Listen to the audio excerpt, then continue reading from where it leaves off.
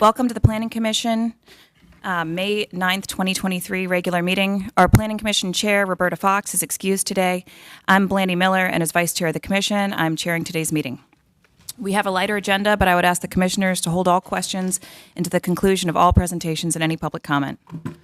We start every meeting with an opportunity for the public to comment on an item not contained on the agenda. Are there any members of the public who would like to speak on an item not on the agenda today? Okay, then with that, we will move on. There is one item on the consent agenda. A vote on this item determines future scheduling and does not designate a recommendation on the details of the case. The first item is item C2, the rezoning of case Z8822 on Kindley Street. We last heard this item at our April 11th meeting. The case has been deferred to allow the applicant time to submit new rezoning conditions, which should come back to the Planning Commission at a future meeting. Our deadline for action is June 10th. With that, I'd like to make a motion to approve the consent agenda. Do I have a second? We have a motion and a second. Are there any additional discussion on the merits of this item? All those in favor? Any opposed? The motion passes unanimously 6-0. If we could just state on the record that the consent agenda defers this matter to May 23rd. And to clarify, the consent agenda defers this item until May 23rd. Thank you. Thank you. Next, moving on to committee reports. There are two items in the committee report from the Text Change Committee. The committee met on April 19th and has recommended approval of the following two text changes: TC 1921 for protective yards and TC 122 for mobile retail. Committee Chair Raines, do you have anything to add?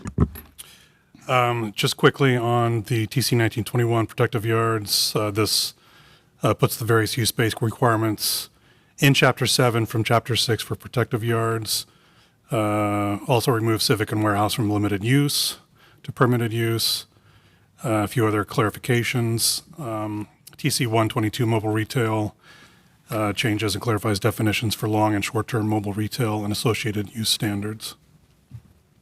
Thank you. Would you like to add anything else? I don't. Okay. No. Then moving on to questions and comments from the commissioners. If seeing none, I'd like to entertain a motion. I will move to recommend approval of both TC 1921 protective yards and TC 122 mobile retail text change amendments. Thank you. Do we need to split those out? Yeah, we need to split them out, Right, split them out. and do the consistency statement approval. Oh, I'm sorry. amendment. Yep. Let me move that up. Or that motion. So for TC 1921 protective yards, I move to adopt the proposed consistency statement dated May 9th, 2023, contained in the agenda materials, and to recommend approval of the zoning text amendment. Thank you. Do we have a second? Second. Commissioner O'Haver seconded. All those in favor? Any opposed? That motion passes 6-0. I'd like to entertain a motion for TC 122. Sorry, let me do this correctly. All good. For text change TC 122 mobile retail, I move to adopt the proposed consistency statement dated May 9th, 2023, contained in the agenda materials, and to recommend approval of the zoning text amendment. Thank you. We have a motion. Do we have a second? We have a motion and a second. All those in favor? Any opposed? That motion passes 6-0. Okay, moving on to new business. There are two items on the new business agenda today. One has been moved to the Strategic Planning Committee on our April 25th meeting. Is that correct? I believe was moved from that meeting, or I guess that's correct. So that item is a new business item today. So in general, new business items have not previously been discussed. So we will hear a full staff presentation, an applicant presentation, and then we will hear from any members of the public. The first item is item E3, Comprehensive Plan Amendment 1122. This is a city-initiated change to the affordable housing location policy map. Just wanted to verify, are we moving this to a committee, or are we hearing this today?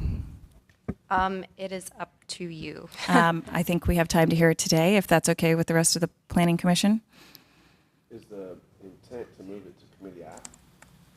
Because I have, for this particular, I have a feeling that members probably want to Sure. weigh in and participate in the conversation. So, I mean, I'd like to hear it because I think it's an important matter, but if we're going to kick it to committee, if we're going to kick it to committee, Right. and everybody has a chance to hear it, okay, I'm just trying to understand sort of procedurally. Sure. I don't know the full history of this case. I just found out I was chairing about 7 o'clock this morning, so I'm reading from a script that I don't fully know the background of every item. But it looks like this item was originally in the Strategic Planning Committee on April 25th, and then it was not heard at that meeting, so that's why it's on the full Planning Commission agenda today. But there is a note that it might be moved back to committee. I see the deadline for action is August 7th, 2023, so there would be time in the June committee meeting and in, I guess, the June committee meeting Right. only? Yeah. So if I could just give a few clarifying remarks, it's obviously at your discretion to move this to committee. I would suggest that you hear the staff presentation first before making that decision. The city has adopted certain criteria for the location of affordable housing, which are based on demographic data. Those demographic data are updated periodically by the Census Bureau. The map that's going to be presented to you is taking the adopted criteria and using the most latest recent data, which changes the map. So the only way for a commentary to change the map is to go back and change the criteria. But what you're seeing is essentially the adopted criteria applied. And so because this map is part of the comprehensive plan, it's a comp plan amendment to adopt it. But this is very similar to some other maps that are based on census data that have policy implications that are in the comp plan. Understood. The other map that springs to mind is the one on economic development priority areas, which has a set, unless we're redoing the criteria, you're simply updating the data behind it. Understood. So essentially, what you're suggesting, we hear it and then make a decision at the end if we want to make a recommendation to kick it back to strategic planning? Correct. But you may decide that you are comfortable moving it forward today, but that's obviously at the discretion of the commission. We could also alternatively hold it here and hear it again at the full Planning Commission so that it wouldn't need the timing to go back and forth. But I agree with that proposal. Any other comments before we allow a staff presentation? Then with that, we will start with a staff presentation from Sarah Shaughnessy. Okay, good morning. Again, Sarah Shaughnessy, Raleigh Planning and Development. So as Ken said, this is a map amendment to change the data, not to change the policy or the criteria, just the map H2, which shows eligibility for subsidized housing based on location and demographic information. Again, your deadline for action is August 7th. Just a brief overview of the affordable location policy purpose. It's used to guide the award of funding for subsidized affordable housing developments. It's intended to affirmatively further fair housing by preventing a spatial concentration of poverty and racial and ethnic minorities, and prevent concentration of subsidized housing in areas where there's already a high concentration of affordable units. So those thresholds are outlined here. So areas of household poverty where households their income is at or below the federal poverty level, cannot exceed 30%. Areas with a high racial and ethnic minority population cannot exceed 50%. And then areas where there is a high concentration of affordable units, that's calculated as 8% of all multifamily housing units. And then the policy does grant exceptions for housing in frequent transit areas. So just looking at the maps side by side, the map on the left is the existing map. The map on the right is the proposed amendment map. So you can see the changes. The visualization is by census tract here, and then the overlay is with the sort of hatched areas looking at the frequent transit areas. We did sort of break down each of the three criteria to give you a sense of what has changed. So as you can see, so that the top row is looking at the time the maps were last updated in 2014, and then the bottom row is the most recent data. The tracts where households are at or below the federal poverty level have shrunk pretty dramatically, going from the left to the right. The middle is showing the concentration of minority population, Black and Latino households. And then the far right is showing the concentration of subsidized affordable housing units. And again, this is at the tract level. Consistent with a number of comprehensive planning policies, again, the guidance is to update this map every 5 years with the most recent data. So the criteria and the policy itself has not changed. It's just the data that's changing here. No outstanding issues. Again, your deadline is in August. We do have a couple of members of Housing and Neighborhoods here if you have any specific questions for them. Thank you. Do we have anyone here? Since this is a city-initiated rezoning, the staff presentation also serves as the applicant's presentation. Do we have anyone here to speak in opposition of this case? Seeing none, I will move it to questions and comments from the commissioners. Do we have questions and comments? I have a couple questions. Regarding the map that contains the area for affordable housing, subsidized housing. And so these combined, these maps create an area where no new subsidized housing from the city will occur, correct? That is correct. Is that net subsidized housing? If there's a loss of subsidized housing, would more be allowed to replace it? Or is it a flat out ban on anything regardless of what happens? I'm going to defer to Erica Brandt to answer that question. Morning, Erica Brandt from Housing and Neighborhoods. Just to clarify a little bit, this is just a guiding policy for city investment in affordable housing. I will just say that because developers can still build affordable housing anywhere that they want in the city, basically, if they can get the funding from other sources. This is just guiding where the city will invest. In terms of the net question, I would say we have a kind of separate tool to look at preservation of affordable housing. There's a county-wide fund, the Preservation Fund, and that is not necessarily bound by the same criteria here. So that's looking more at transit access. The city's funding is specific to areas for preservation opportunities that are within, I think it's a quarter mile or a half mile of high-frequent transit access. So that's really sort of a different, I would say, kind of criteria. Thank you, and perhaps this is for you while you're here. This is based on tract group data. Is this American Community Survey? This is not direct census data, correct? Yeah, that's correct. And you don't happen to know the margins of errors for these values? I'm sure we have them. We could certainly get that data to you. I don't know off the top of my head, but it is ACS data. But it's not block data, which is incredibly inaccurate. We're talking That's about correct. tract data, which is generally pretty valid. So I'm okay with that. Thank you. Thank you. Other questions from the commissioners? Just when was the criteria formulated? If the last time we updated this map was 10 years ago, then I would imagine the criteria is older than that.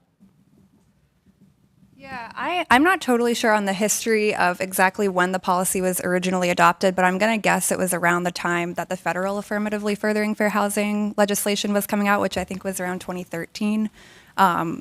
And there's always a lag, too, in that data, right? So whatever data, I don't know if the 2014, was it 2014 census data, or was it? So this would have been created later than 2014, but it would have been using 2014 ACS data because that would be the most recently available. We can get you a more exact date. The data are from 2013, but I think this map, the criteria, I think, were adopted somewhat after then, because there's always a lag in census data.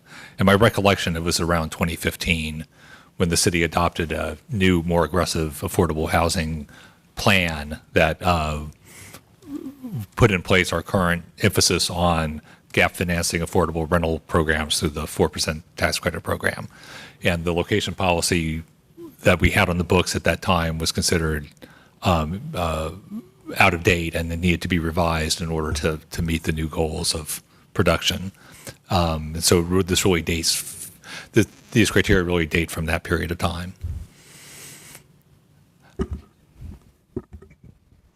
I would suggest that if you look at the number of tracts that have greater than 8% subsidized housing, that's actually a story of us producing a lot more subsidized housing over the time period when the map was last updated. Because that's a ratio. We didn't lose market rate housing, we increased affordable housing. Those tracts at some point will probably need to revisit the 8% threshold if we continue to be successful in producing a large amount of affordable housing every year. I would be comfortable holding this over into the strategic planning committee. I think that this deserves some more discussion. If the commission would be okay with that, I'm pretty sure that Commissioner Bennett would support that as well too. Yes, I do have some additional questions while we're here.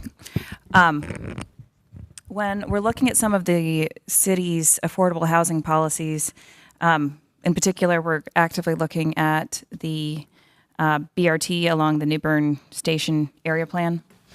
A lot of those policies seem to line up with a 60% AMI, and I was wondering how this data and these maps, if they're focused in on 50% AMI and 30%, do we have those other data points for 60% in these maps? I believe the AMI is 60% of the area median income is the target for rent or for renting. And then the thresholds here are minority population of 50% and then households in poverty at 30%. So it's the number of households, not the rate that they're paying. Does that answer your question? Yes. And do we have those other rate maps? I guess is my trying to figure out how these maps fit together.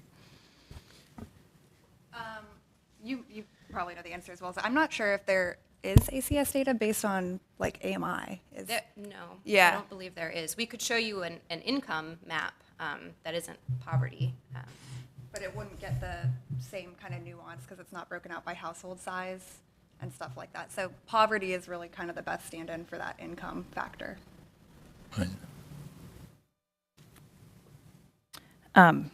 Okay. Did that answer your question? I think so. It would be helpful. We're trying to analyze the effect of the new transit overlay district in the New Bern area and trying to figure out, at what point do we need to tie policies to the 60% AMI or to the more deeply affordable housing at the 30% AMI. And I thought perhaps new data might help guide some of that. But it sounds like that is kind of apples and oranges. Is that right? Yes and no. I think income targeting is something that is part of the review of proposals to build affordable housing projects and apply to the city for gap financing. And so how deep the income targeting is a, correct me if I'm wrong, Eric, a criteria that we use. Typically, to get to 30% AMI, you're mixing different incomes in the building to get a rent roll that can support the building going forward without operating subsidy. And then there's also the issue of vouchers, which because all these projects take vouchers. Of course, vouchers are in limited supply, and there's a waiting list. So not a complete solution, but it's better than having vouchers going unused. Yeah, I'll add to that. That is a city requirement for funding, is that for the 4% tax credit deals, at least 10%, right, have to be set aside. 10% of units have to be set aside at 30% AMI, so that lowest income level. And for 9% tax credit deals, it's 25% at 30% AMI. So that is something that we look at when we're deciding where to put our funding. Right. Thank you. Yeah. And again, as noted, the BRT corridors are part of the high frequency network, so they get special treatment in this policy, even if the track they're in does not meet the policy specifically. I understand. Any other questions, comments from the commissioners? I'm just trying to understand here, and I definitely think we should hold it over one way or another. I heard staff say twice this is just about updating the data, not changing the policies, but I'm struggling a little bit just generally with the policies talking about prohibition of affordable housing. I mean, we keep talking up here about affordable housing, and I understand sort of the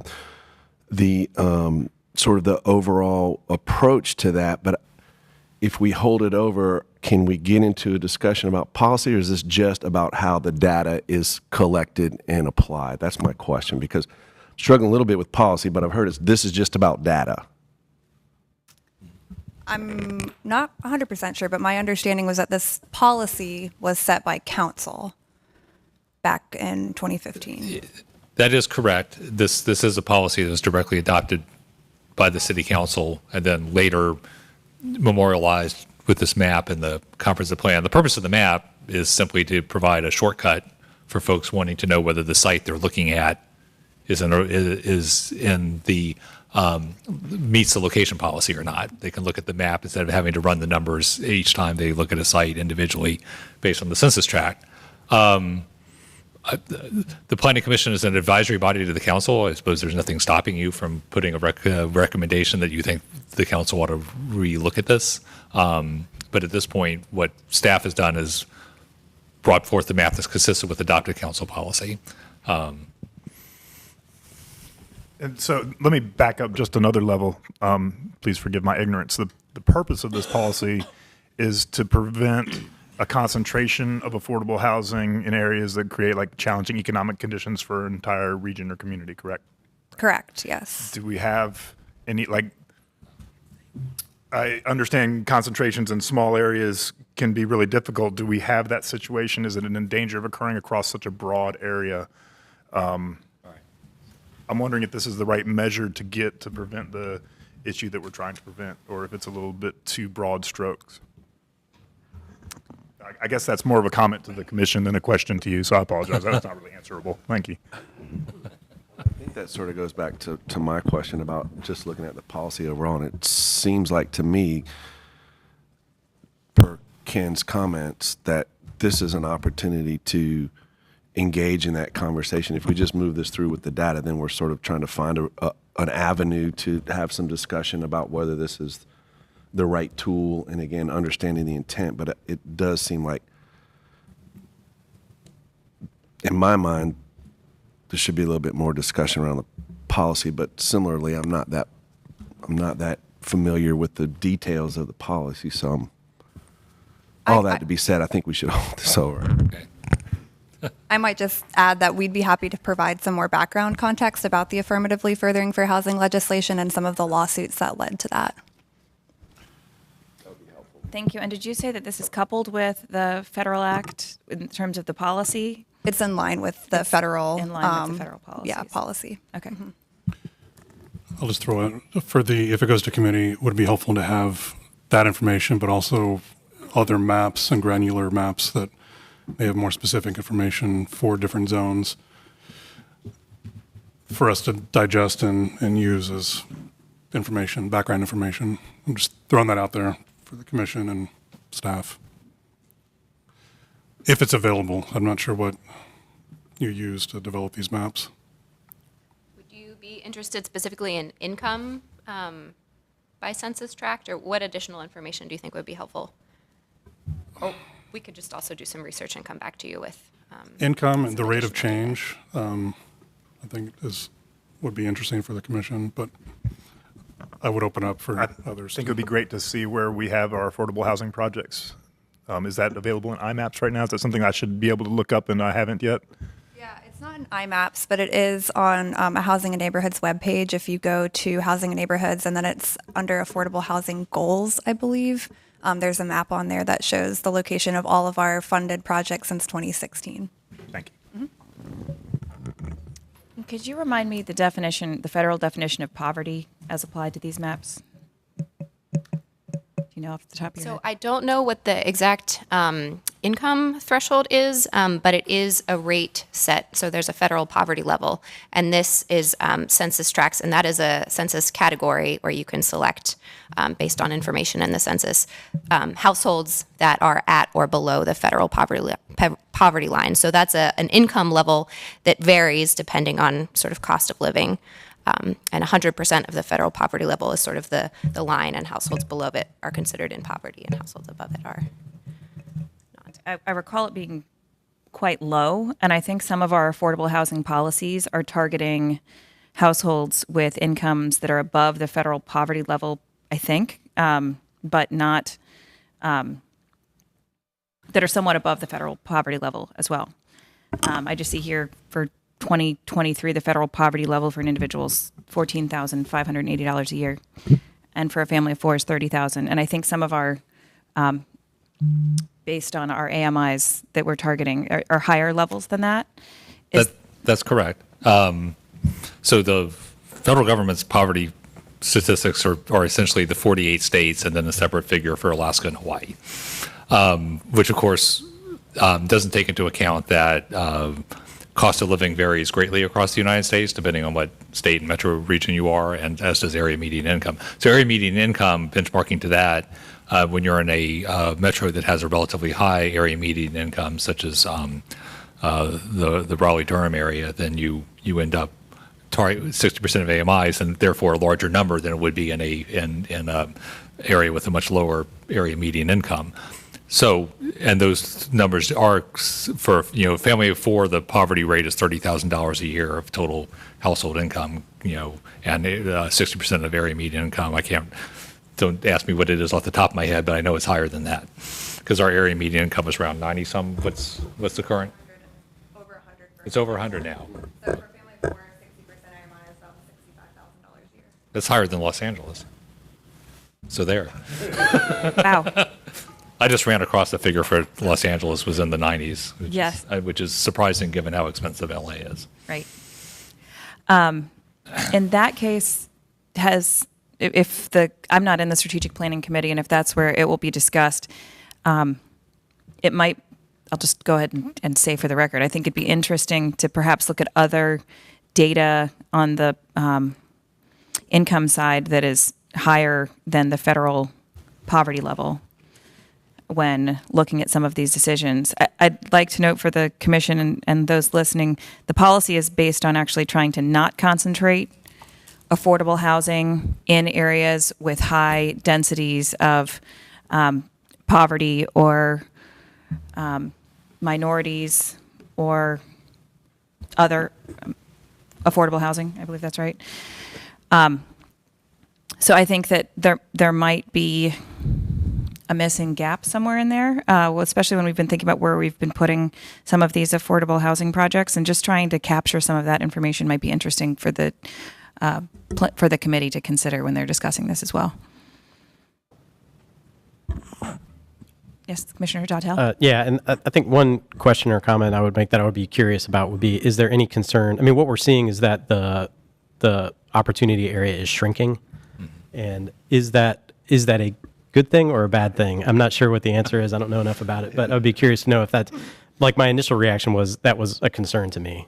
And as it's shrinking, is it getting more difficult then to provide affordable housing if the areas that are left are just due to their whatever conditions make it prohibitive to even make that happen? So obviously, the smaller the area, the fewer potential sites that are available for affordable housing development will qualify.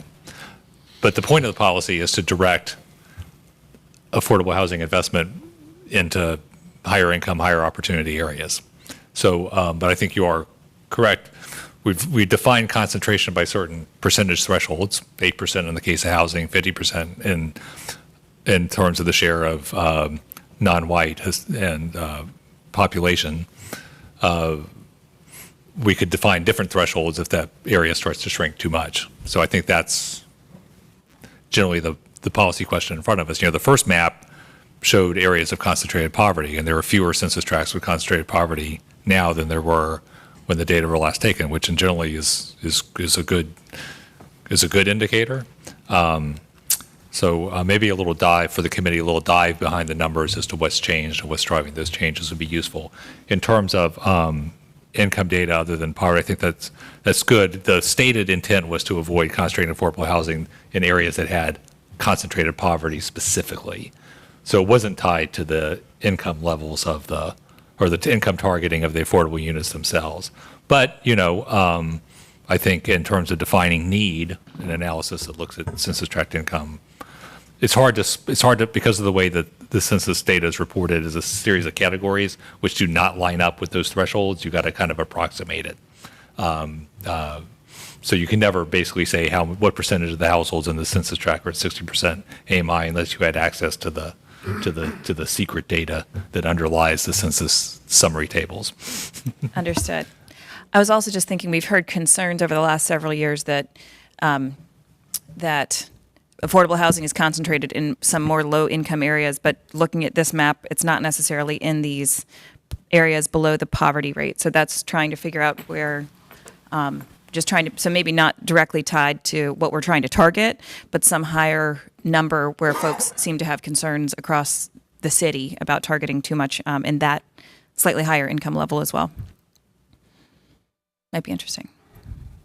Commissioner Haver. Not to be answered here, but again, just thinking about the information that might go to committee, you said that this is in line with federal policy, so I would be curious about how far out of that we can get as a community. So I'm not up to speed on any of that, but it seems like a little bit of that might be helpful for committee, or maybe the folks on that committee already know. I'm not sure, but that would be something I'd be interested in understanding a little bit about. Thank you. Commissioner Elder. So then, are we recommending that this go back to committee or be held at full commission? I think we're recommending this go to the committee, although I would check with staff. Do we have about just the agenda load on the committee and on the planning commission between, I guess, for June, since this will have to be voted out in June? Take a look. I don't believe there's anything scheduled for the strategic planning committee meeting that's coming up. I would just say generally, it seems like it should go to committee. Obviously, just because it could be some pretty detailed information that maybe is not appropriate for the full commission. If Chair Fox were here and I started asking a bunch of questions in a planning commission meeting, she'd say, let's move on. So She would kick you back? Yeah. So it seems like it's more appropriate in committee, but. So just double checking. Okay, so there's no items in the strategic planning committee. And that next meeting is May 11th. Would there be time between now and that meeting to gather additional data? Or that's 2 days away? Or that was canceled because because there are no items on the agenda? Is that right? Yeah, Okay, so there is not a meeting in May. right. So, We need to call a special meeting. okay, because otherwise it would be held in June. The deadline's August 7th. Okay. Right. Otherwise it would be held June 15th.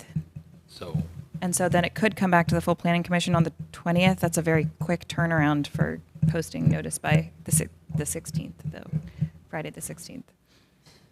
Right? Well, now that this meeting was noticed, as long as we announce where the item's going during a meeting to a date specific, there's no additional noticing or posting. That is the notice.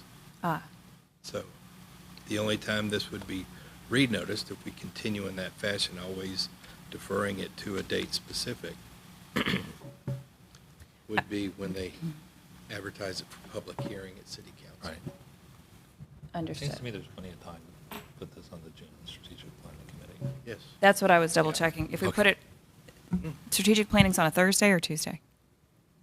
Thursday? Thursday, I believe. Yeah. Thursday, June 15th, and then our next planning commission meeting is June the 20th. So would that need to be noticed to get back on the planning commission agenda meeting for June the 20th? That was my question. No, it would just, the committee would refer it out and it would appear I see. on the next agenda in the committee reports. Okay. And I think my calendar's incorrect. We're meeting the 27th anyway, not the 20th. So, let me erase that one. Okay, then is there any further discussion? Then without objection, I would like to send this item to the strategic planning committee meeting, the regular meeting held in June. Okay. Thank you. Moving on to the next item, item E2, rezoning request TCZ 923 Pool and Dowling Road. This is a request to change zoning conditions for parcels totaling approximately 6.96 acres, currently zoned commercial mixed use, 3 stories, conditional use with Special Highway Overlay District 1. We'll start with a staff presentation from Bronwyn Redis. Good morning. Yes, my name is Bronwyn Redis. I am a new senior planner on the comprehensive planning team, so this is my first time meeting you all. Good morning. Nice to meet you. All right. So the request is to make some changes to the zoning conditions for 0 Pool Road and 914 Dowling Road. The base zoning district of commercial mixed use and height of 3 stories will not be changing with the request. Your deadline for action is July 8th. Zoning in the area is predominantly residential and office mixed use on this side of I-440. R6 residential is directly south of the site, and then there is some industrial zoning on the other side of I-440. The site is generally located east of Raleigh, or on the eastern side of Raleigh. You can see it has several road frontages. It's situated on the corner of I-440 and Pool Road. Like I mentioned before, to the south is low-scale residential, some single-family homes, a manufactured home community. To the east, there are some more industrial, light industrial type uses, a couple of churches nearby, and to the north, some Wake County owned property. Here are some looks at the street views around the site. The first one is going to be east facing on Pool Road. The site is over here on the right-hand side. You can see Pool Road is a pretty wide avenue with several lanes, improved with curb and gutter and sidewalk existing. The second view is on Dowling Road. You can see Dowling Road is a much smaller street, hasn't been improved with curb and gutter and sidewalk at this time.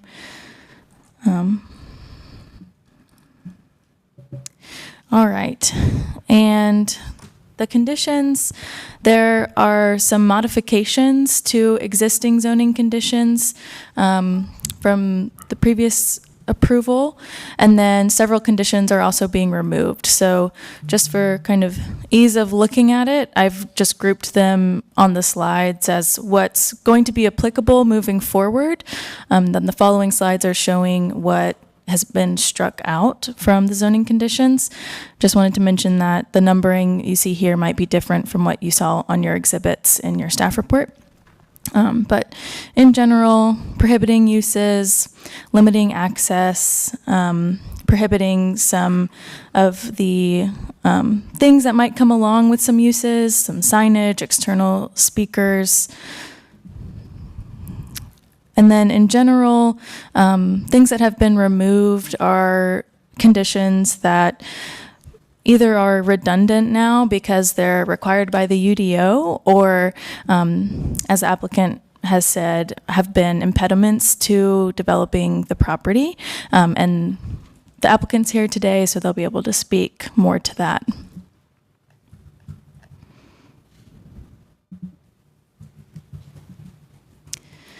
So the entitlement is increasing a little bit, and that's because one of the zoning conditions that is being removed is a extension of the Special Highway Overlay District. So it is required along the I-440 frontage. The previous zoning condition had that extending across the Pool Road frontage as well. Since that is being removed across the Pool Road frontage, it's staying on the I-440 frontage. The buildable area is increasing a little bit, and so that's why you see an increase in square foot and residential unit entitlement. So staff found through the transportation and energy analysis, the site does have a slightly higher walk score than the city average, a lower bike score, overall a higher transportation cost index and higher drop proximity. And no transit score was provided by the source, but there is a transit stop really close. It is just 1/10 of a mile away. You can see on this following slide, Route 18 comes right by the frontage on Pool Road, and the stop is over here just 1/10 of a mile away. So pretty good transit access to this site. So the base zoning district of commercial mixed use does allow for housing to be built there. It permits a variety of housing types, allows for smaller units, and it is within that close walking distance of transit. The request does not include any subsidized units. So in the area, residents of color are a higher concentration than the citywide average, with the site having 93% residents of color, city average being 46. There's a larger low-income population than the citywide average, with the site having 45% and the city having 29%. And then the linguistically isolated population is the same as the citywide average at 3%. The request is consistent with the community mixed use land use designation. And the request is also consistent with the Parkway Corridor designation on the urban form map. And that has been satisfied by keeping that special highway overlay district and having the landscape buffer area along the I-440 Beltline. So overall, staff found the request to be consistent with the comprehensive plan. There are several policies that are consistent, and these are generally what we would look to see for development in freeway interchange areas, and then also kind of managing commercial development as it is close to existing residences. And no inconsistent policies were identified. There are no outstanding issues. And again, your deadline for action is July 8th. Are there any questions for me before I invite the applicant up? Do you have a chart that could demonstrate which of these are being eliminated because they're redundant with the UDO versus those? I know we see in the email that it's numbers 1, 4, and 11, but do you have a graphic by any chance about which ones are being eliminated just because they're redundant with the UDO? So what's being eliminated because of redundancy versus because it's making it hard to develop the site? I don't have that right now, but that is definitely something that can be provided to you. I expect the applicant might go over that as well, but I was just thinking that might be helpful to see. Okay, no questions. Any other questions from this? Okay, then with that, I will turn it over to the applicant and members of the public in favor of this. You have a total of 10 minutes to speak.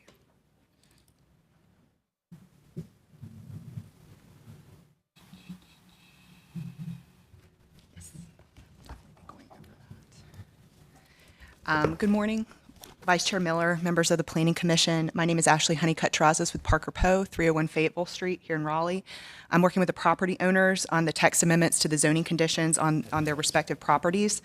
And before I kind of dive into the request, I'm going to pass out an updated red line. When I keep making this exhibit, it keeps throwing the numbering off of the old conditions. So this is a red line of the current conditions with what we're proposing, and with the numbering, you should be able to see so you can kind of follow along a little better.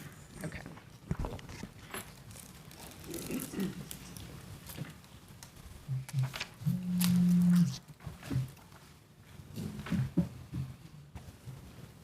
Thanks.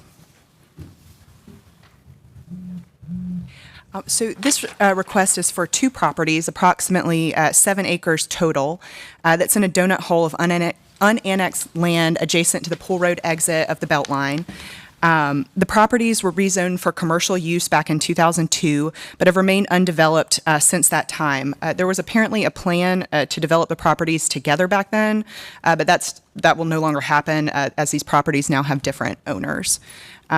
Which brings me to the current zoning for the property. It's zoned CX3CU, like Bronwyn explained, designated as for commercial mixed use on the future land use map, indicating that commercial development is something the city would like to see here, but the zoning conditions applied to these properties back in 2002 make that intended commercial development very difficult. So the goal of this text change is to facilitate the development of some commercial amenities and improvements at this highway interchange, which our proposed text amendment does in 3 ways. We want to allow for separate development of the properties. The current conditions, condition 13, requires that they be recombined prior to development. That's, again, not going to happen because they have separate ownership. We also want to remove some of the conditions that have prevented development and made the site design unnecessarily difficult over the past 20 years. Our understanding from the 2002 case file and from some of the neighbors that were at our neighborhood meetings that were involved in the rezoning back then is that the design conditions were not necessarily requested by the neighbors, but rather requests of an advisory body that no longer reviews rezoning cases. We're also proposing to changes to the conditions that reflect current UDO requirements. Several of the current conditions on the property are not necessary in light of the UDO requirements now in place. They're superfluous. And so I'll go over what those are. And you have the proposed red line in front of you to kind of follow along.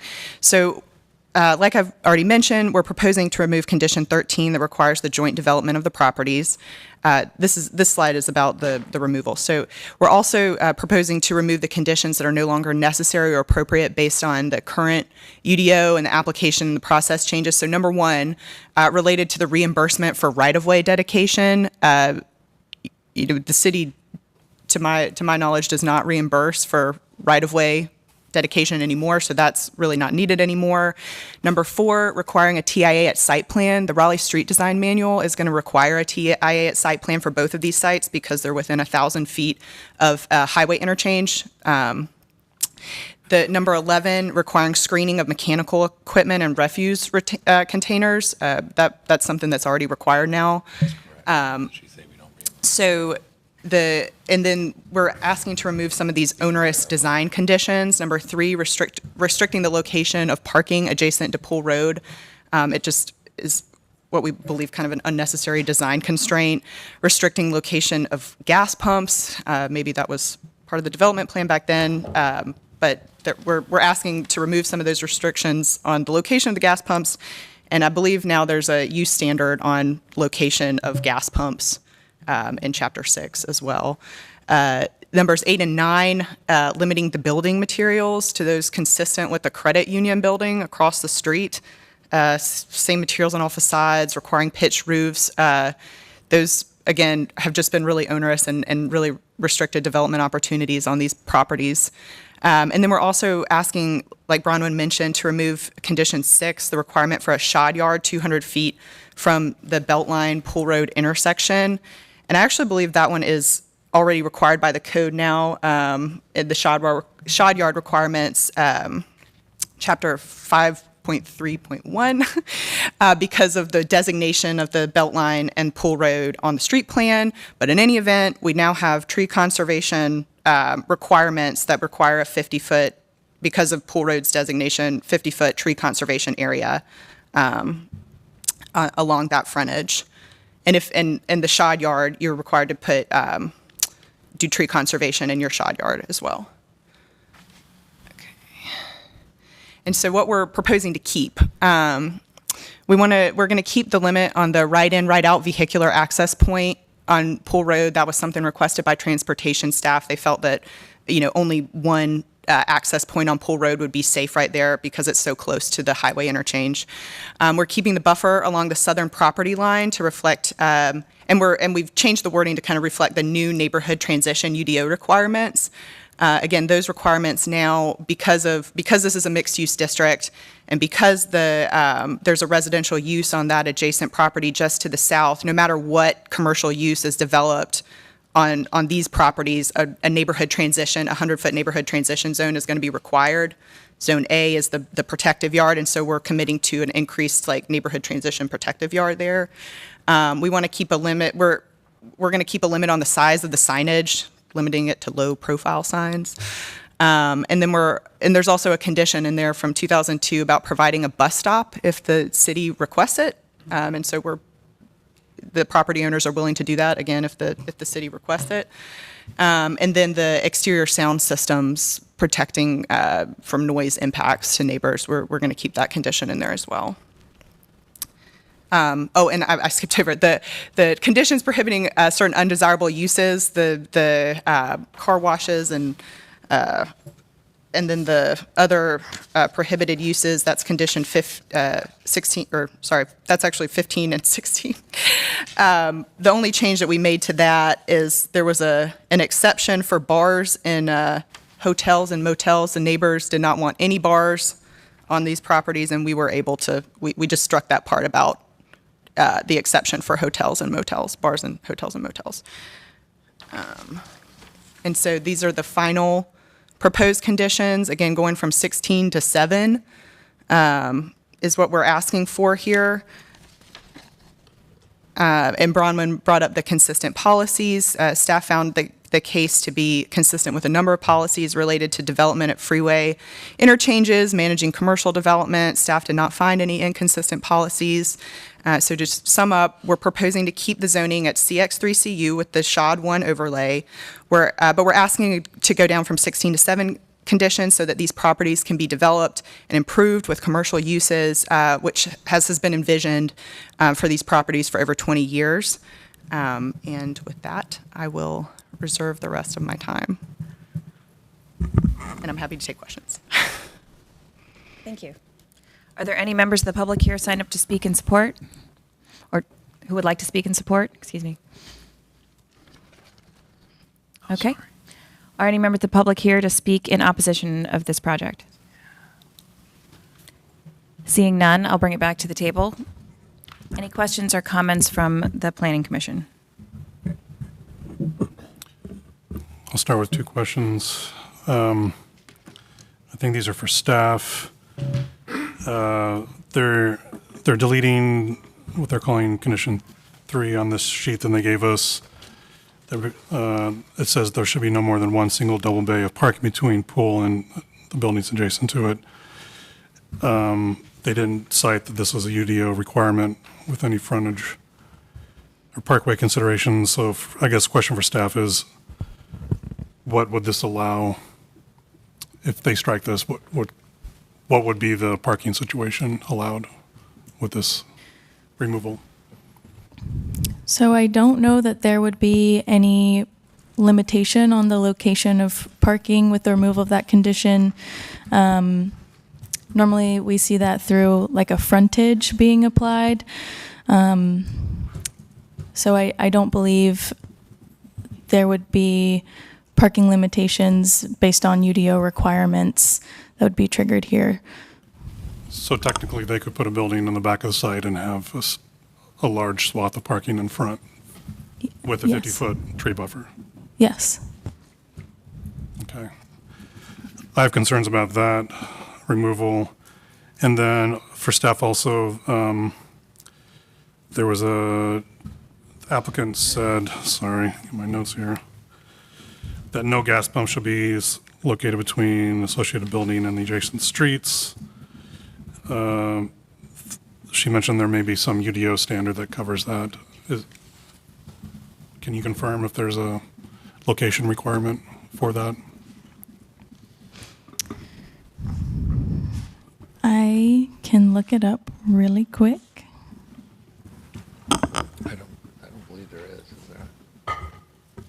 They're asking, they're in CX, right? CX, yeah. I think there is for NX, but I don't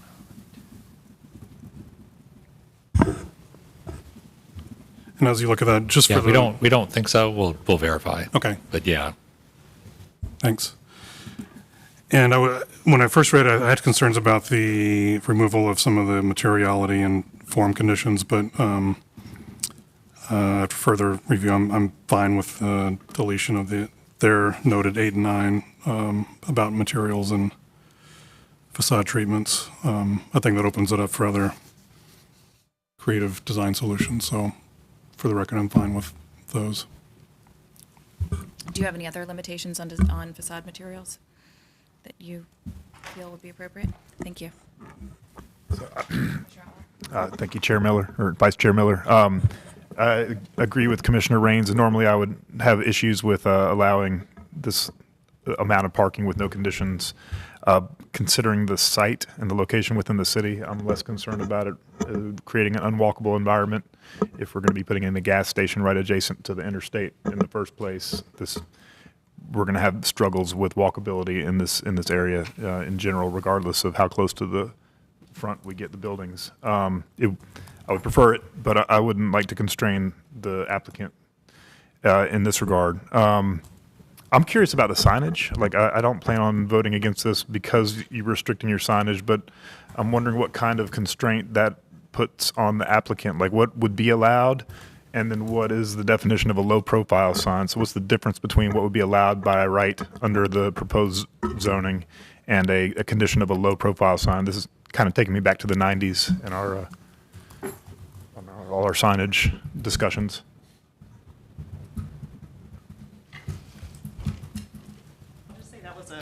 That was a condition in the old zoning that we felt like we could comply with to the extent that the city would still want the low-profile signs. I know Ken and David might have the sections on a low-profile sign more closer at hand than I do, but my recollection is that it's just it can't be like a pole sign. It has to be like on the ground. This was something that the Appearance Commission asked for back in 2001, 2002, and we're willing to keep that in. I'm not asking you to take it out. I was just curious, and I'll just leave it there. Thank you. And I can answer Commissioner Raines your question about the vehicle fuel sales in CX. That's in 6.4.11.4. So when a fuel pump island is located within 100 feet of a residential district or residential use, a Type 2 medium protective yard in accordance with Section 3.5.3 must be established along the side of the property abutting the residential district or residential use. The protective yard must include a wall 6.5 feet in height.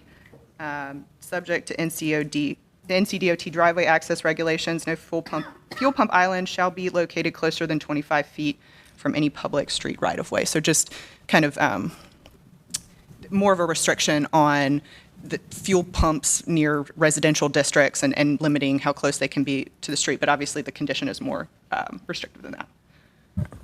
Thanks for following up on that.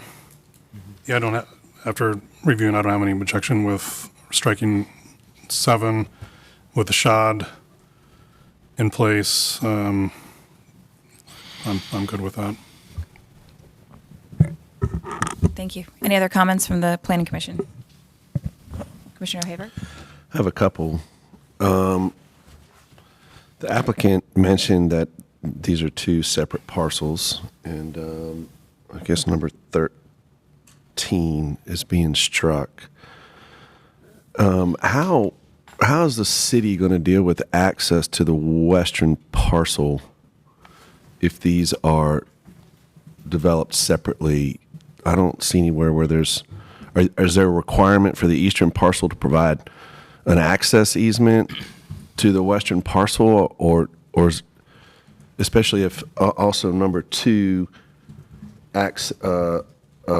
restricts just a right out only, I guess. Is there a possibility for one of those on the western parcel come that close off the interstate? Hey. Hi. Sorry. Good morning. I'm Monique Guyant with Transportation.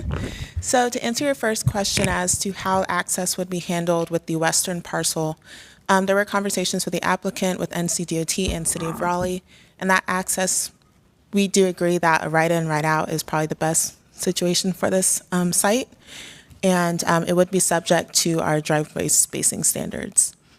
And what can you remind me what your second question was? So I get that. So this is limiting one right in, right out only.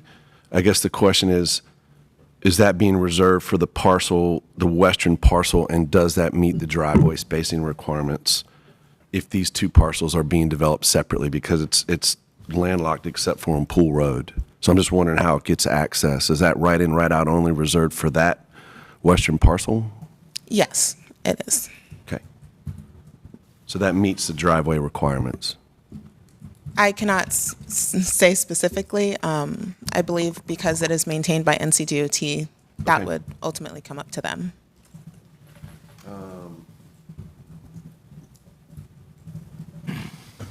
I agree with Commissioner Raines about the building materials, but can the applicant help me understand why?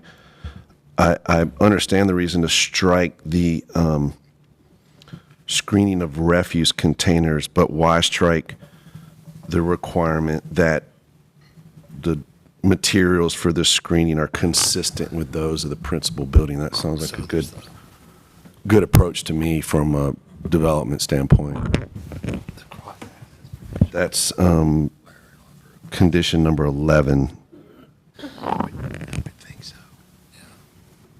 But they could always request a condition. Guarantees.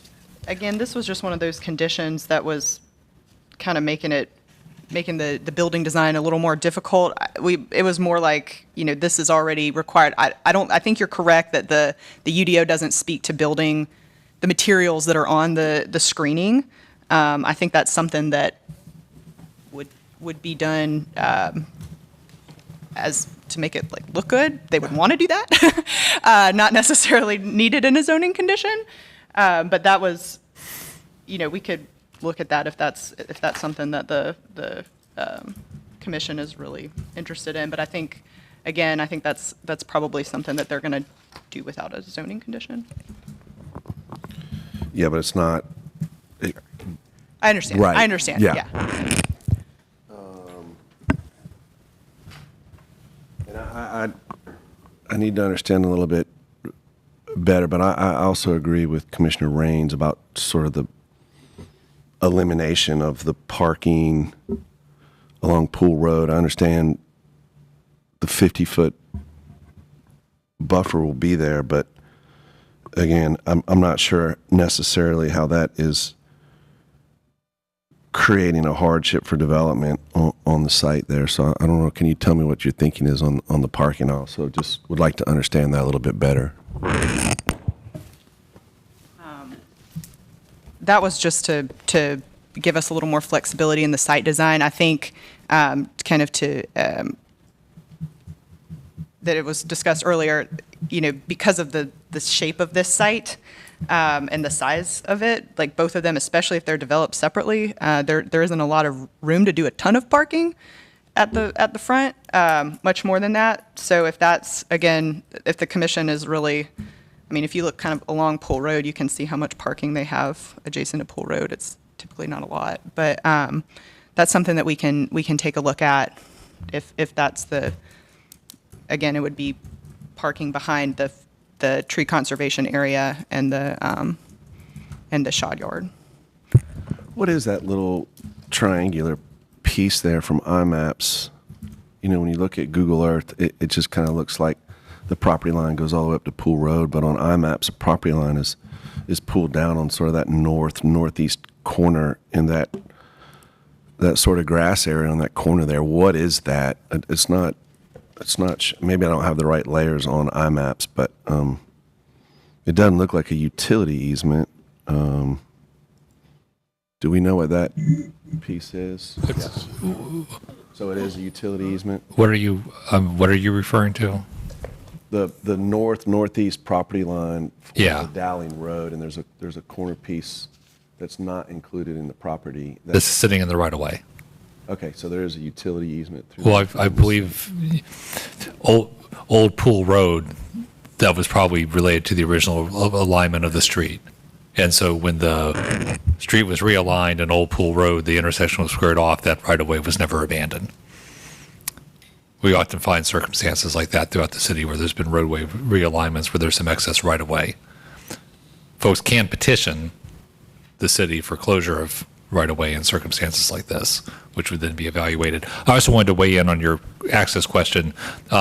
There's also the cross-access requirements of Chapter 8 in the UDO that for lots that front on major streets like this, there's a mandatory offer of cross-access and a stubbing of a driveway aisle to the neighboring property. So if they do develop separately, there will probably be a cross-access arrangement between these two adjacent lots that's required by code. So does that, I think that should satisfy your concerns that incremental development could landlock one of the parcels because of its proximity to the intersection?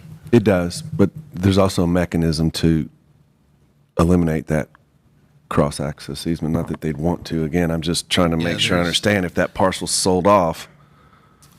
The design adjustment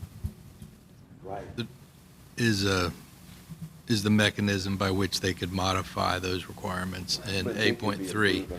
You wouldn't think they would. I mean, if you're asking them to consider other conditions, asking that they declare cross-access at the time of development rather than an offer acceptance. I mean, that's my thinking, unless Mr. Bowers is telling me that that's not necessary. You can either rely on what you think would happen, or you could request that condition. I mean, that would be a legitimate condition, given the proximity of the It would be a quasi-judicial approval. Has that property owner been involved in these conversations? Yes. I mean, they know that both property owners have been coordinating this entire time, and they know, that there would be cross-access. There's no plan to not do cross-access. And that would be a quasi-judicial approval, right, David? Doing both. To get out of cross-access requirements. Really? I thought. Let's go back. I'm not trying to overcomplicate this. I'm just trying to think through if it's sold off to a different property owner. Yes, 2 pounds. There could be an issue there, and I'm not sure why we wouldn't add that to a condition unless I'm just making a mountain out of a molehill here. And sorry, I was taking notes on something else. To clarify, is that something, a condition that you'd like to see in this case? Yeah. Suggest, is that open to that? Again, I'm sort of looking for some direction here. So a condition that would state that whichever property developed first, if they did not develop together, would offer cross-access to the adjacent property. It seems like if I'm that western property owner, I would appreciate that. Sure. Is that something that the applicant would consider? Yes, I think we would. Yes. Okay. Thank you. Any other comments from the commissioners? Yeah, how much more onerous is it to get because you could get a design adjustment, or the Board of Adjustment could overrule a condition, and there was rezoning as well. Is that correct? How much more protection would a condition give than just having a general UDO requirement? My understanding, they're not granting variances to conditions. Okay. To zoning conditions. But I can double check that and get back with you. The design adjustment, if it's a zoning condition and they went the design adjustment mode, they would still have to deal with the condition itself. Okay. Because you can't get a design adjustment from a zoning condition. You can get it from a specific code provision. This would be a requirement outside of what 8.3 requires. Thank you. I'm happy to let the commission take this and add conditions. I'm also happy to move it forward now, but however the commission would like to move here. Given the deadline for action and the fact that we have time to decide on this before this summer, I would propose holding this until the May 23rd Planning Commission meeting for time to give the applicant time to address the cross-access condition. Is that enough time for the applicant to get? that condition would have to be in by this Friday, is that correct? The 12th? Correct. Yes. That would be enough time? Thank you. Any other questions or comments from the commissioners? Then without objection, I will hold this case until the May 23rd Planning Commission regular meeting. Thank you. Thank you.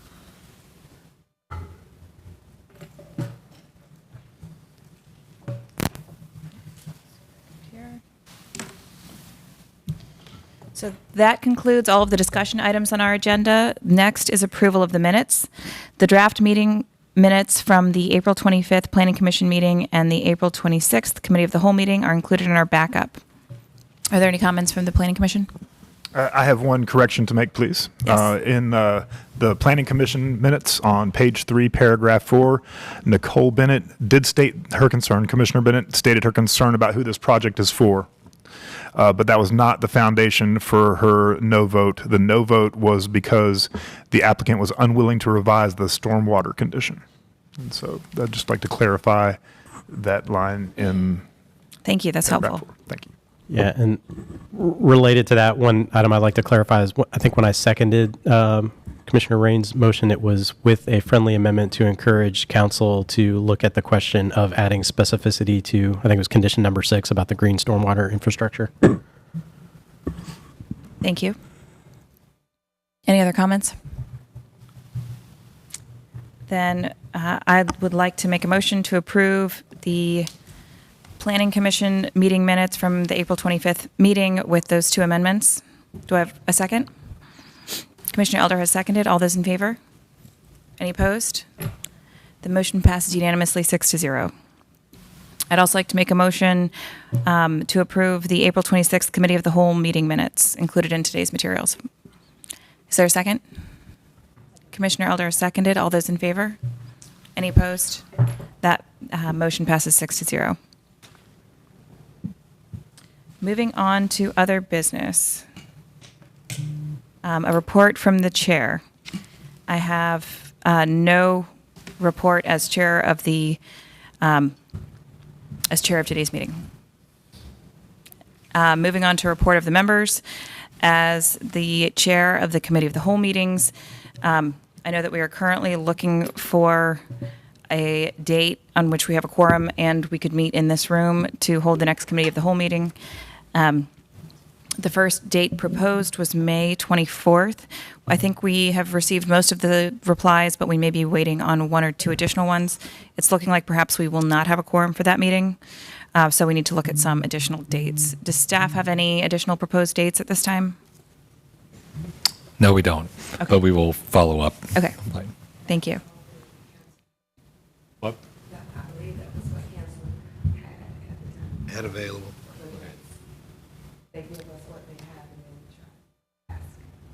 Okay. And with that, I believe our deadline for action on, there's only one item in the Committee of the Whole. I believe our deadline for action is in June. Is that correct? I need to double check on that. Yeah, June 25th for So New Bern TOD. would it be helpful to request an extension of time from council at this time so that we could factor that into scheduling a special meeting?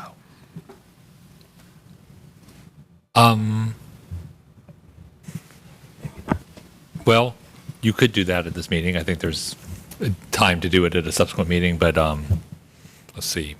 Switch over. Are you thinking 60 days? Through summer, if in case there's only one additional. So 90 days would take you into September. So we will come back in August, right? Yes. I believe you meet twice in August. We'll meet twice in August. So, As the Planning Commission, obviously, committees just meet once. But so if the Committee of the Whole met on, because we meet towards the end of the month, in case we needed to meet in August, in case we also run into an issue where we don't have a meeting time available in June. I think there's only one day a month where we can meet in this room. Is that correct? sounds like it. Okay. Yeah. So June 22nd would be your regularly scheduled meeting in June. So if we needed this room, though, it would probably be June 21st. It's usually the Wednesday before. That's correct. Okay. Yes. I'm available, and just in case staff is wondering, are folks here know whether they're available on June 21st? Oh, yeah, we do have text change that day. Yeah. At 4 o'clock. So then text change would have to be moved as well if that's the only date in June where we could meet in this room. We're looking to move this month's meeting, right? We don't have a text change meeting. We don't have an agenda item for this month. Because I got an email about moving the text change committee meeting. To a special meeting. There's a special, I'm sorry, yes, there's a special meeting for June 7th Okay, that we're trying to set up. gotcha. All right. And maybe that June 7th meeting could cover the regular, I don't know what's coming down the pike on the text change committee. I don't know, I can reach out to Keegan and find out. Okay, let me just double check the exact deadline for action of that That special meeting is to discuss, I want to say it's the TOD text change. It needs to sort of catch up with this other case. Transit overlay district, Yeah. Excellent. Well, looking at the calendar, the deadline for action on the committee of the whole item is on June 25th. So even if we heard this at the June 22nd committee of the whole meeting, we wouldn't hear it at the full planning commission until June 27th, which is after the deadline for action. Then you may want to go ahead and request. So let's go ahead and request today. additional time today. Was it my understanding that there's funding and application issues to do with federal grants that was giving us a hard end on this deadline? I think I remember hearing something from Go Raleigh to that effect. It shouldn't, I may have it missed couldn't that. hurt to request an extension, but I was under the impression that there was something going on that if we push this to after the break, it would make it hard for council to pass this in time for us to apply for the federal funding to move the project forward. But I don't have any of those details in front of me. I could be mistaken. I don't know. We did not have anyone from transit at the committee of the whole meeting, and so we're hopefully have them this time. We just need to figure out when we're going to meet. What we may want to do is, rather than make a motion today to request additional time, may want to put that, and I'll talk with Bynum, as a consent agenda item on our 23rd meeting. That way the public has noticed what we're doing, rather than just doing it now. So why don't we, I think it's good to go ahead this month and make the request, but I would wait and do it at the 23rd. All right, so you were thinking there was a deadline associated with acting on the New Bern TOD? I seem to remember something like that, but I can't remember the specifics. Okay, I can't think of what that would be, given that the project is funded. Right. And it was funded in the absence of the TOD being applied. But we'll check with transit staff and get back to you. My understanding, our grading system, the grading system, we would have gotten a better grade if the TOD was already in place, but we still got the funding without it. But I don't know that there was any, I wasn't involved in Microphone on. Nicole Bennett sent me a text saying she can't hear what we're saying. I'm sorry. Okay. I hate this Well, mic. I would say that you can defer asking for a text change till your May 23 meeting. That should still give you plenty of time. In the meantime, we can communicate about scheduling and council chamber availability and all of that. I believe that now that you've mentioned the grading, and I've had time to sit here and think I think it had to do with the grading issue that was coming up this fall about continual funding cycles, that if we don't have this in place by the end of the fall, that funding for the next round might be more difficult to receive. But I'll follow up with any questions I have directly to staff. We'll try to make sure that the next meeting that someone from transit is here to answer those questions, because I do not have the answer on that. Thank you. Thank you. Then with that, I will recommend that at the May 23rd Planning Commission meeting, we include on the consent agenda a request for an extension of time and that we also request to have staff from transit here to verify the timing issues. And moving on to other reports from other members. Commissioner Raines. So as we touched on it briefly, we do not have any agenda items for May. However, Keegan reached out to me to see if we could have a special meeting to talk about the Transit Overlay District and the Tech Exchange Committee on June 7th at One Exchange Plaza, 8th floor.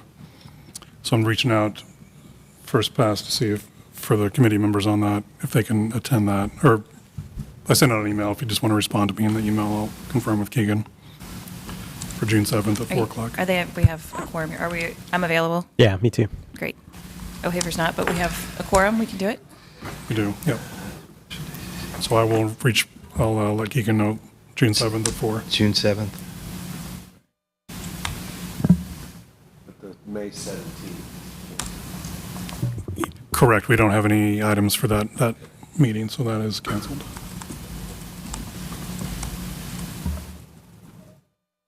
Thank you. Any other comments? Do we expect to have any items on the agenda for the June 21st text change meeting? Do we know? Frantically flip between. I'm sorry, what's that? I was just wondering, do we have any So- text changes coming down the pike for June? Because that may run into the question about whether to hold cow that night.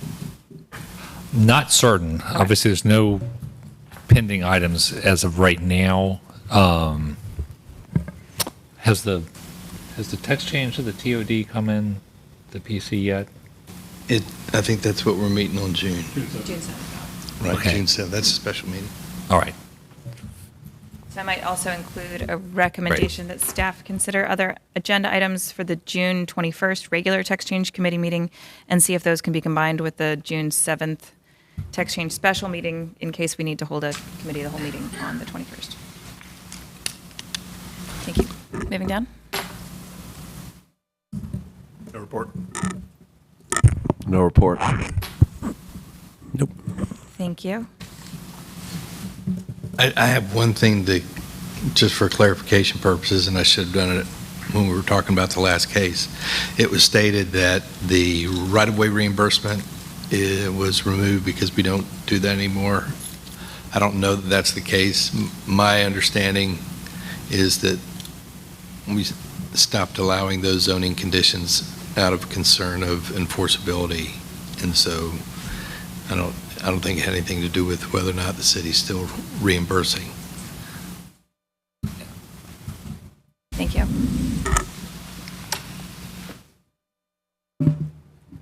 I know the Strategic Planning Committee is not meeting this month, but I believe that they will be meeting next month since we included a recommendation, or so we sent one item there. I will also, for the record, include a recommendation that the committee reopen the public hearing with respect to providing an opportunity for the public to speak for those in favor. I think that I provided the staff an opportunity to speak, but forgot to specifically ask about those in favor. I only asked for those in opposition. I don't believe anyone here was signed up to, or would like to speak on that item, but just in case, we could reopen that at the next Strategic Planning Committee.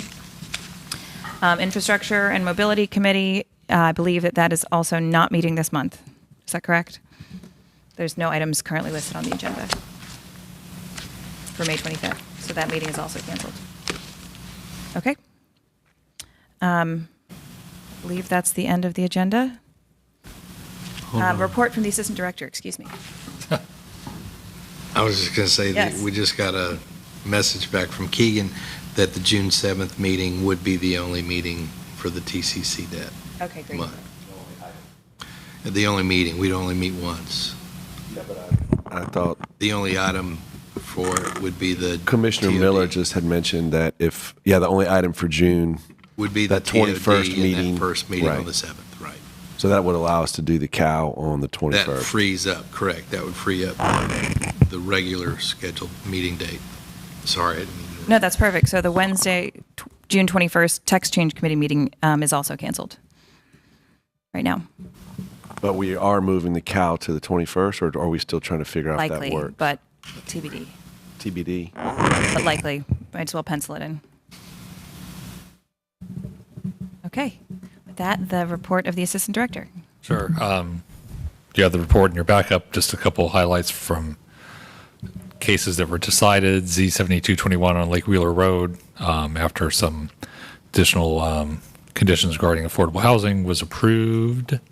Z5422 Peace and West Street was denied, and TCZ 8922 on Lewisburg Road was approved, and the Midtown Bridge Comprehensive Plan Amendment CP 223 was approved. A bunch of stuff is scheduled for future public hearing based on your reports, but won't read through all of that. So that concludes my report. It's fun to be back. Thank you very much. But One more question on the CAL meeting to clarify. I see there are actually 2 items on the agenda for the next CAL meeting. The other one is Z623 on Glenwood Avenue. Are we canceling CAL for this month altogether, or should we still have the CAL meeting to cover that item this month at the regularly scheduled time, not in this room? Everybody's left. I expect that, I think that the New Bern item will probably take up the entire time and more when we meet in June. yeah, I think that's a fair statement. Say that again, I'm sorry. So there were 2 items listed for the June Committee of the Whole meeting. Right. We're going to postpone the New Bern item probably likely until June. But do we still want to hold the Committee of the Whole meeting in May for the Glenwood Avenue item? I would think so. It has a June. No deadline yet because it's not appeared. Oh, yeah, it does have a June, excuse me, It's showing a June 24 deadline. June 24 deadline, so we should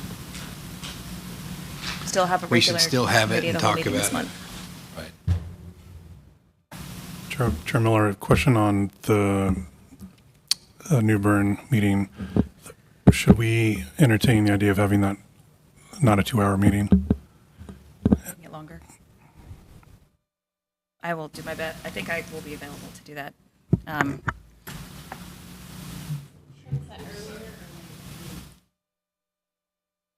I think that was the 4 o'clock slot, right? I guess I'll work with staff on that question, and it also, I guess, depends on the timing. If we are not under a tight deadline, and we can extend this until August as well to future meetings. So I will work with staff on that question.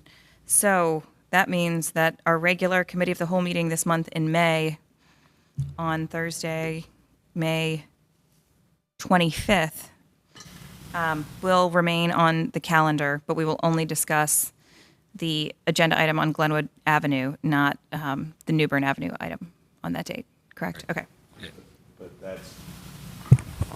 But that's not here. Where's the alternate location on the 25th of May? My guess is it'll be at this regular location on the 3rd floor of this building. Okay. I think that's it. Any other questions, comments, thoughts? All right. Then with that, we are adjourned. Thank you. Oh, One thing what? real Oh, quick, not just adjourned. not to, no, Reopening the it's meeting. about noticing these things, and I want to make sure we keep everything alive. Both those zoning cases, we didn't get to the zoning case that we want to meet on this month in the Committee of the Whole. So we need to, if we're holding a meeting of the Committee of the Whole, my recollection was the Committee of the Whole deferred it to the next meeting, the New Bern Avenue.